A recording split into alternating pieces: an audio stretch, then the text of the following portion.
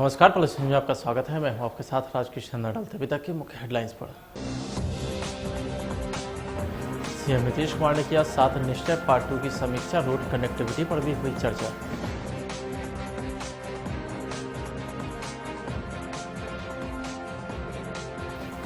Patna high court में 9 महीने के बाद आमने सामने हुई सुनवाई।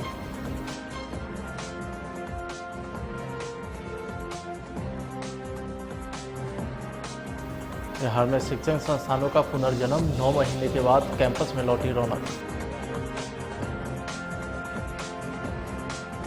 और पटना में मॉर्निंग वॉक कर रहे युवक को कार ने रौंदा। घायल युवक की हालत गंभीर।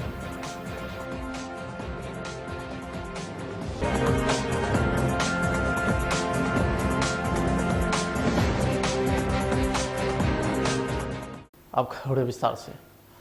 सीएम नीतीश कुमार ने 7 निश्चय पार्ट 2 की समीक्षा की है। नए साल में बिना वक्त जाया किए मुख्यमंत्री नीतीश कुमार विकास योजनाओं की समीक्षा करने में जुटे रहे। मुख्यमंत्री नीतीश कुमार 7 निश्चय पार्ट 2 की योजना की समीक्षा किए। मुख्यमंत्री सचिवालय स्थित संवाद कक्ष में नीतीश कुमार ने रोड कनेक्टिविटी को लेकर के अपने मंत्री अधिकारी के साथ समीक्षा बैठक भी की। मुख्यमंत्री के साथ इस बैठक में डिप्टी सीएम रेणु देवी, मंत्री मंगल पांडे, बिहार के मुख्य सचिव दीपक कुमार के साथ कई वरीय अधिकारी मौजूद रहे हैं। मुख्यमंत्री नीतीश कुमार अधिकारी से इस बात पर चर्चा हुई कि आखिर राज्य के अंदर लोगों को रोड कनेक्टिविटी कैसे बेहतर तरीके से मुहैया कराई जाए। मुख्यमंत्री के सामने विभाग की तरफ से तैयार प्रेजेंटेशन भी किया गया। शहरी क्षेत्र में आवश्यकता अनुसार बाईपास और फ्लाईओवर के निर्माण समेत ग्रामीण इलाकों में संपर्कता समेत अन्य मसलों पर मुख्यमंत्री के साथ वरीय अधिकारियों ने चर्चा की।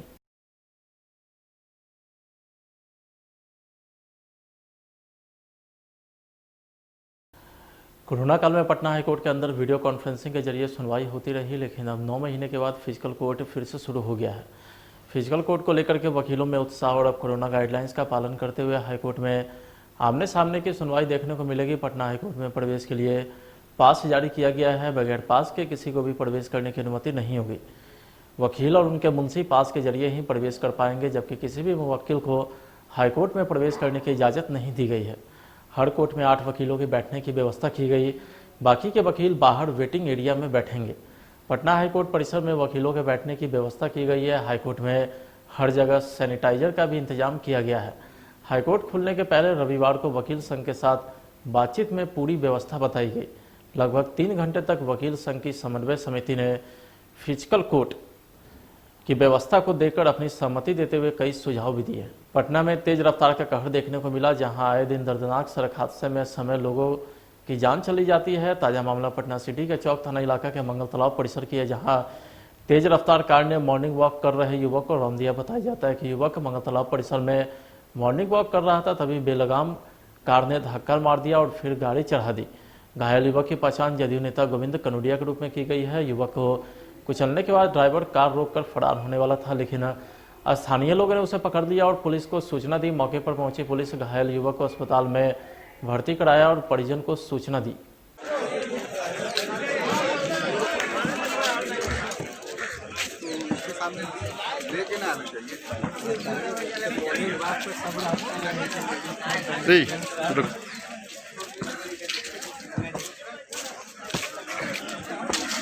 अरे यार, आप लोग तो क्या हुआ? क्या मामला है? अरे मामला इनका है कि वो ड्राइवर कोई गाड़ी लेकर यहाँ सीख रहा था, मॉर्निंग वॉक कर रहे थे, उनको मार दिया, धक्का मार दिया।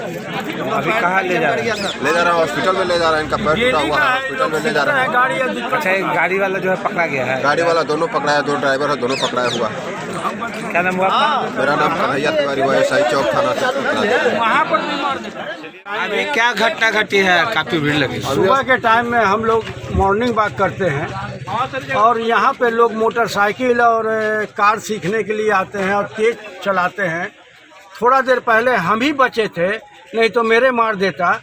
और उसके आगे बढ़ने पर गोविंद कनोडिया जी को ऐसा मारा है कि उनका दोनों पैर डैमेज हो गया है।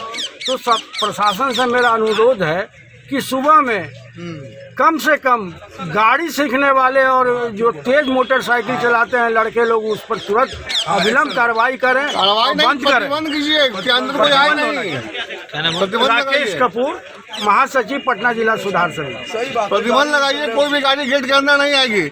यहाँ तो बच्चे खेलते हैं, ग्राउंड खेलने के लिए होता है, गाड़ी सीखने के लिए नहीं। क्या नाम हुआ? विमल कुमार। 296 दिनों की बंदी के बाद स्कूल, कॉलेज और कोचिंग संस्थानों में वापस रौनक लौट गई है। कोरोना महामारी में 9 महीने तक शिक्षक संस्थान बंद रहे, लेकिन अब सरकार की गाइडलाइन के साथ कैंपस में रौनक की वापसी हो गई है। बिहार के सभी शिक्षक संस्थानों को आधी क्षमता के साथ खोलने का आदेश सरकार ने दिया था। राज्य भर में 9वीं कक्षा से लेकर 12वीं तक के स्कूल, कॉलेज, कोचिंग समेत अन्य शिक्षक संस्थान खोल दिए गए। सूबे के 8000 माध्यमिक और उच्च माध्यमिक सरकारी स्कूल के साथ साथ 512 अंगीभूत और संबद्धता प्राप्त कॉलेज और 599 इंटरमीडिएट कॉलेज भी खुल गए। एक अनुमान के मुताबिक सरकारी स्कूल में पढ़ने वाले कुल 36,61,000 से ज़्यादा बच्चों में एक दिन के अंदर 18,30,000 के आसपास बच्चे स्कूल पहुंचे। मुजफ्फरपुर में वैश्विक महामारी कोरोना संक्रमण के कारण महीने से बंद था बिहार के सभी स्कूल, कॉलेज और कोचिंग संस्थान। तो वहीं कोरोना की स्थिति को देखते हुए सरकार ने सभी स्टैंडर्ड क्लास कॉलेज और कोचिंग संस्थानों को खोलने का आदेश जारी किया, जिसे लेकर के 4 जनवरी को 9वीं से 12वीं तक के सभी स्कूलों को खोल दिया गया। प्रत्येक बच्चों को मास्क पहनना भी अनिवार्य है जो स्कूल से दिया जाना है। वहीं जिला के कई हाई स्कूल में बच्चों को मास्क पहनाकर क्लास में बैठाया गया। यहाँ के शिक्षक ने बताया कि सरकार के गाइडलाइंस का पूरी तरीके से पालन किया जा रहा है।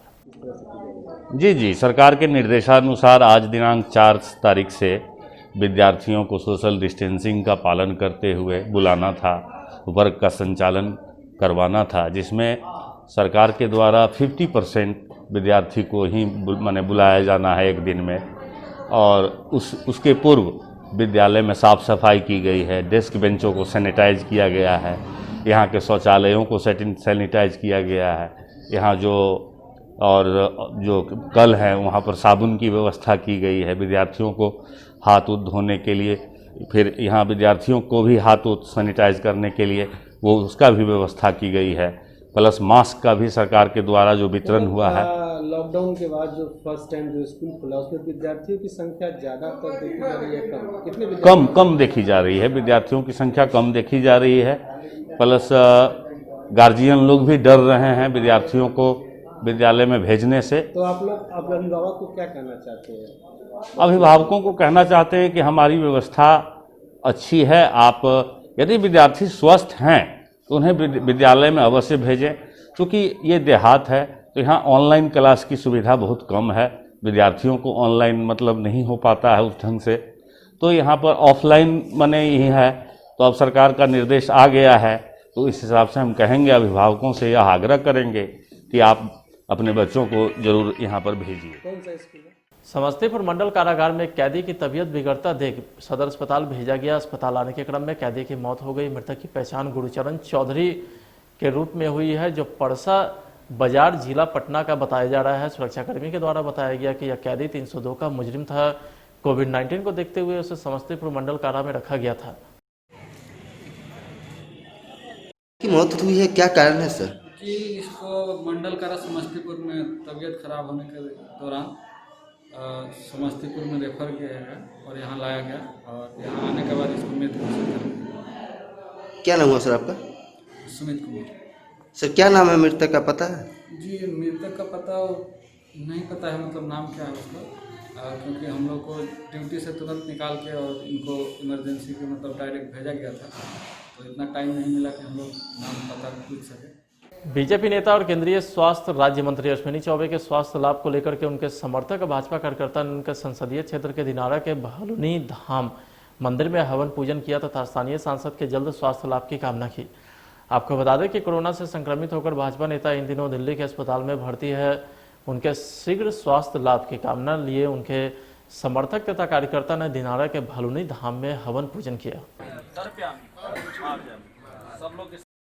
पूर्वी चंपारण के सुगौली थाना के सुगौली मध्य विद्यालय के समीप संदिग्ध स्थिति में एक महिला की मौत हो गई है। जानकारी के मुताबिक वार्ड नंबर 20 निवासी शिव कुमार अपनी पत्नी पश्चिमी चंपारण जिला के बेतिया सरस्वती नगर की नीलम देवी के साथ मध्य विद्यालय सुगौली के समीप किराए के मकान में रहते थे। पुलिस मामले की जांच कर रही है। जांच उपरांत आगे की कार्रवाई की जाएगी। सवेरे देखिए 8-9 बजे नहीं खुला था और खिड़की देखे तब जाके पता था कि भीतर हमारी आप इसी में रहते हैं? जी ऊपर में। क्या नाम है आपका? हमारा नाम प्रकाश कुमार बेहरा है। अच्छा, ये जो आज घटना जो देखी जा रही है, आपको कैसे पता चला? सर ये एक्चुअली शाम को एक मैसेज आया था हमें, रात को मैसेज आया था, मोबाइल स्विच ऑफ था तो नहीं देख पाए। सुबह देखे तो वो सुसाइड नोट था। उसके बाद सुबह कॉल आया, हमें फ़ोन आया कि वो गेट नहीं खोल रहे हैं बोल के। तो घर वाले को आने में थोड़ा लेट लगता, तो मैं बोला मैं जा रहा हूँ, आप पीछे आइए बोल के। मैं आके देखा तो गेट बंद था। फिर गया थाना प्रभारी जी को बोला, वो लोग अभी अपना स्टाफ के साथ हमें भेजे, तो हम गेट खोल के देखे कि दीदी ऐसे गिरे हुए हैं बोल के। आपका नाम क्या है?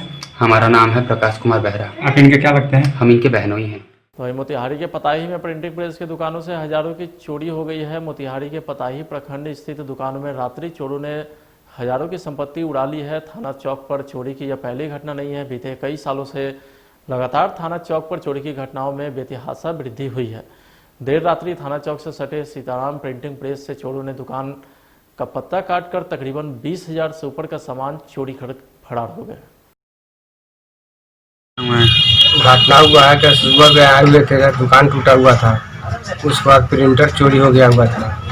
उस वक्त 5,000 रुपये गाला में से निकल चुका था। तब देखे गाला खोलकर तब पैसा 5,000 रुपये नहीं था गाला में से। वो हुआ। उसके बाद फिर तब देखे तो बाहर में पला उला तोड़ कर फेंके हुए थे। उसके बाद देखे तो थाना के बगल में है कि जस्ट स्कूल के सामने दुकान है मेरा, फोटोकॉपी का दुकान है, टेंट हाउस की भी दुकान है। उसमें देखे तो पूरा सामान सब टूटा था। और अप्लीकेशन दिए बराबर गए तो कह रहे हैं कि पहले आइए, परसों आइए।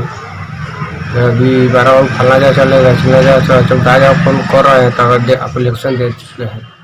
पूर्वी चंपारण के गांधी मैदान मोतिहारी में जमा हुए कचरे को स्वच्छता अभियान के तहत जिलाधिकारी के सहभागिता के साथ क्लीन गांधी मैदान कार्यक्रम का आयोजन किया गया। जिलाधिकारी की उपस्थिति में गांधी मैदान को साफ किया गया। जिलाधिकारी ने कहा कि पूर्वी चंपारण बापू की धरती एवं स्वच्छता की धरती है। यहाँ से स्वच्छता का संदेश पूरे देश में जाता है।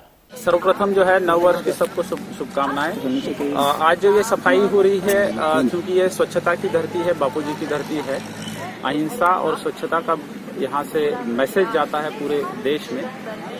1 जनवरी को विभिन्न कार्यक्रम हुए थे, लोग आए थे, यहाँ पे बैठे थे, अपना कुछ टाइम स्पेंड किए थे। तो कुछ जो है यहाँ पे कचरा जो वेस्ट में तैयार हो गया था। तो यहाँ पे खिलाड़ी लोग भी रहते हैं। यहाँ पे हमारा प्रजासत्ताक दिन का भी अभी तैयारी होना है। तो गांधी मैदान, क्योंकि ये हमारा मोतिहारी का, पूर्वी चंपारण जिले का सम्मान का प्रतीक है, तो इसको साफ रखना बहुत आवश्यक है। तो इसी क्रम में आज यहाँ पे आए हैं। और नए साल में जो है मोतिहारी नगर परिषद जो नगर निगम भी हो रहा है, यहाँ पे ये सफाई का अभियान जो है निरंतर हम शुरू करेंगे। साथ ही में अन्य नगर परिषद, नगर पंचायत में भी ये शुरुआत होगी। यहाँ पे एनसीसी, स्काउट गाइड्स, खेल के, स्पोर्ट्स के सारे हमारे एसोसिएशन के लोग, नेहरू युवा केंद्र के लोग हैं, यहाँ पे ये लोग आए हुए हैं, प्रशासन के लोग हैं। इन सभी लोगों को जो है मैं शुभकामनाएं और धन्यवाद जो हूँ आज देना चाहता हूँ, ताकि ये लोग इसी तरीके से इस एक्टिविटी को कंटिन्यू करें और स्वच्छता, खेल, सद्भावना, ये मैसेज आगे रहे। धन्यवाद। पूर्वी चंपारण में फिर से मानवता को शर्मसार करने वाली घटना सामने आई है, जहां बंजरिया थाना में 3 साल के नाबालिग बच्ची के साथ 3 युवक ने दुष्कर्म की घटना को अंजाम दिया है। पीड़ित बच्ची को बेड के बहाने कुछ युवक बाइक से आदापुर बंजरिया थाना के सीमा पर ले गए। बारी बारी से उसके साथ रेप किया। जब बच्ची बेहोश हो गई तो बच्ची को छोड़कर सभी फरार हो गए। हालांकि पूर्वी चंपारण पुलिस अधीक्षक नवीन चंद्र झा ने त्वरित कार्रवाई करते हुए 3 अपराधी को गिरफ्तार कर लिया है।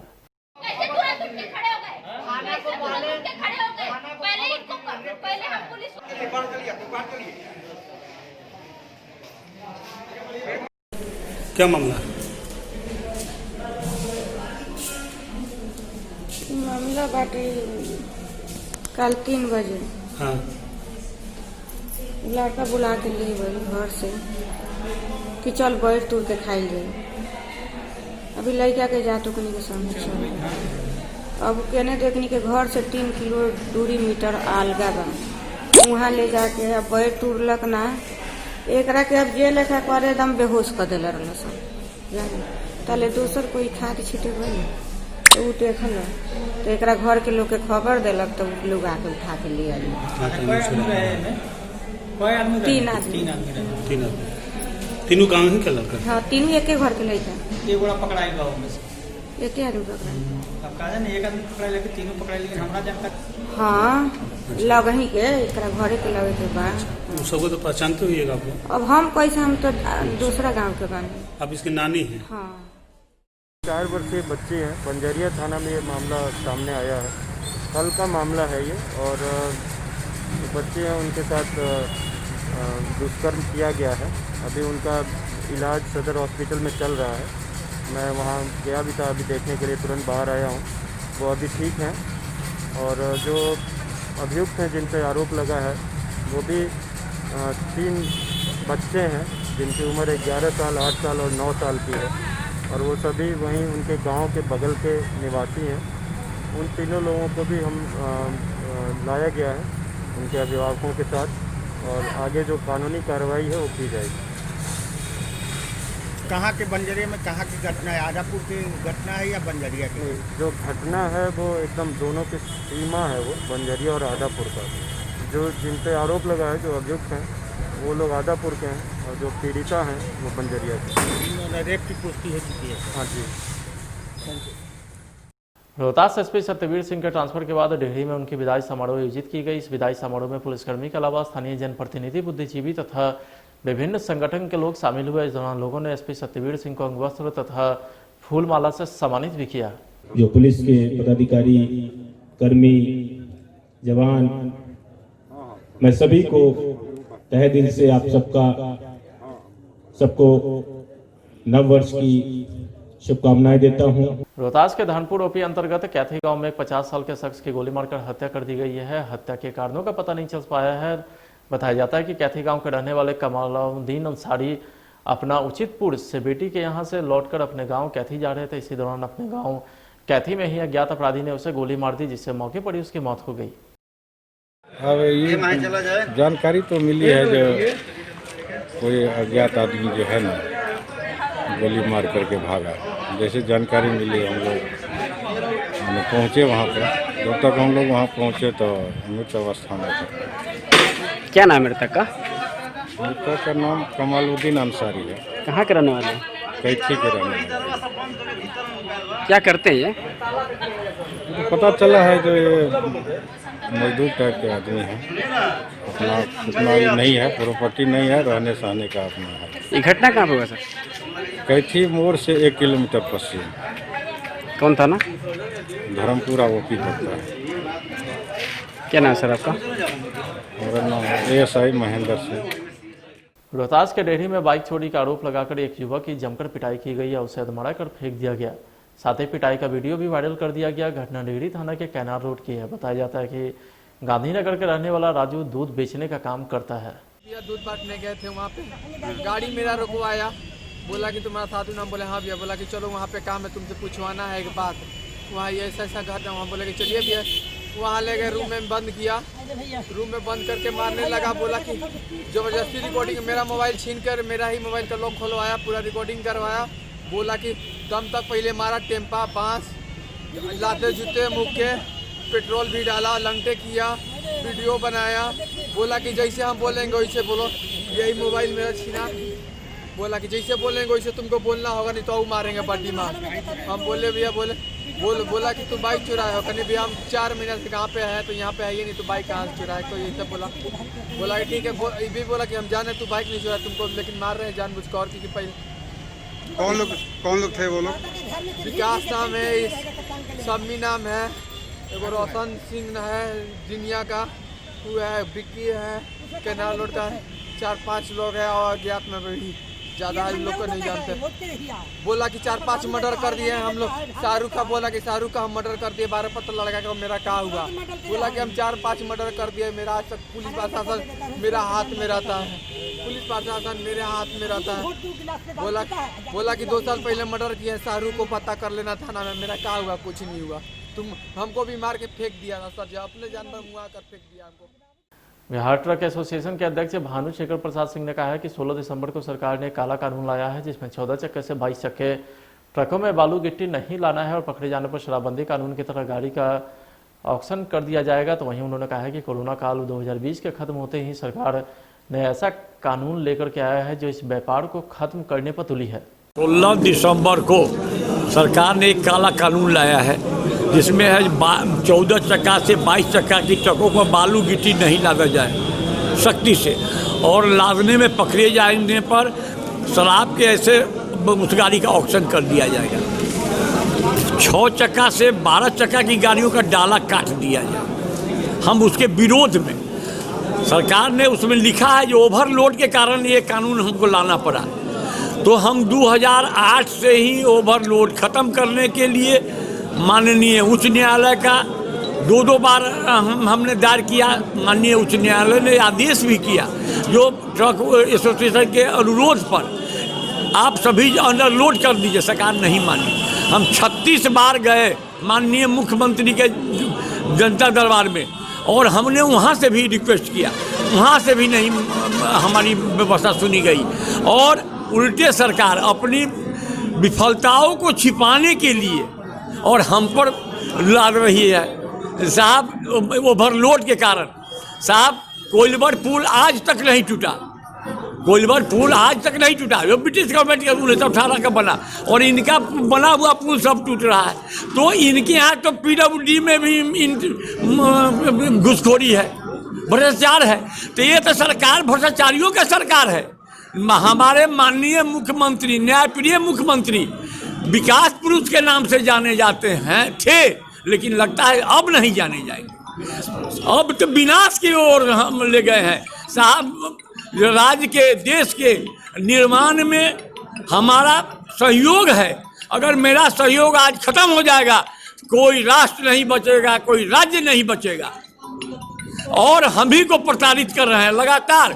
विगत 3 साल से हमको न भागलपुर में रास्ता जाम की स्थिति में है, पटना जाम की स्थिति से सब लोग इसमें खबर की सबों की जानकारी में है। बावजूद कोरोना पीरियड और 2000 जाते जाते मुजफ्फरपुर शब्दागृह से न हवा प्रदूषित होगी और ना ही नदी का पानी, ना ही लकड़ी की खपत होगी। यह सबसे बड़ी बात कि दाह संस्कार हिंदू रीति रिवाज के अनुसार होगा। दरअसल प्रदूषण मुक्त शब्दा की यह व्यवस्था शहर के सिकंदरपुर मुक्ति धाम में किया गया है, जिसका उद्घाटन बीजेपी सांसद अजय निषाद ने किया। धाम में जो ये सब का जो दाह संस्कार के लिए जो ये लोकार्पण हुआ है, इसके लिए मैं विशेष रूप से अरुण जी को, डॉक्टर अजय जी को, बबलू चौधरी जी को मैं दिल से आभार प्रकट करूंगा कि उन्होंने निजी कोष से इसका निर्माण कराया है और दान भी दिया है। और जो मुक्ति धाम के जो संयोजक हैं रमेश केजरीवाल जी, उनकी अथक मेहनत के कारण है कि आज इससे शमशान घाट में इसका अनावरण हुआ है। इससे सबसे बड़ा फायदा है जो गरीब लोगों के लिए कि एक तो उनका समय भी कम लगेगा, दाह संस्कार मात्र 1.5 घंटा में निपट जाएगा, और जो लकड़ी की खपत है मात्र 100 किलो मतलब 1 क्विंटल में आदमी का दाह संस्कार। जिस तरीके से कोरोना ने पूरे विश्व को प्रभावित किया है, उसमें वैक्सीन साल भर के अंदर आधिकारिक घोषणा भारत जैसे विकासशील देशों के लिए बहुत ही गर्व की बात है। यह उपलब्धि विश्व के सामने एक मील का पत्थर साबित हो चुकी है। इसी खुशी में युवा साथी के साथ लोजपा कार्यकर्ता ने पटना के साहित्य सम्मेलन में अबीर, गुलाल, ढोल नगाड़े के साथ जश्न मनाया और भारत के तमाम साइंटिस्ट को बधाई व धन्यवाद भी दिया।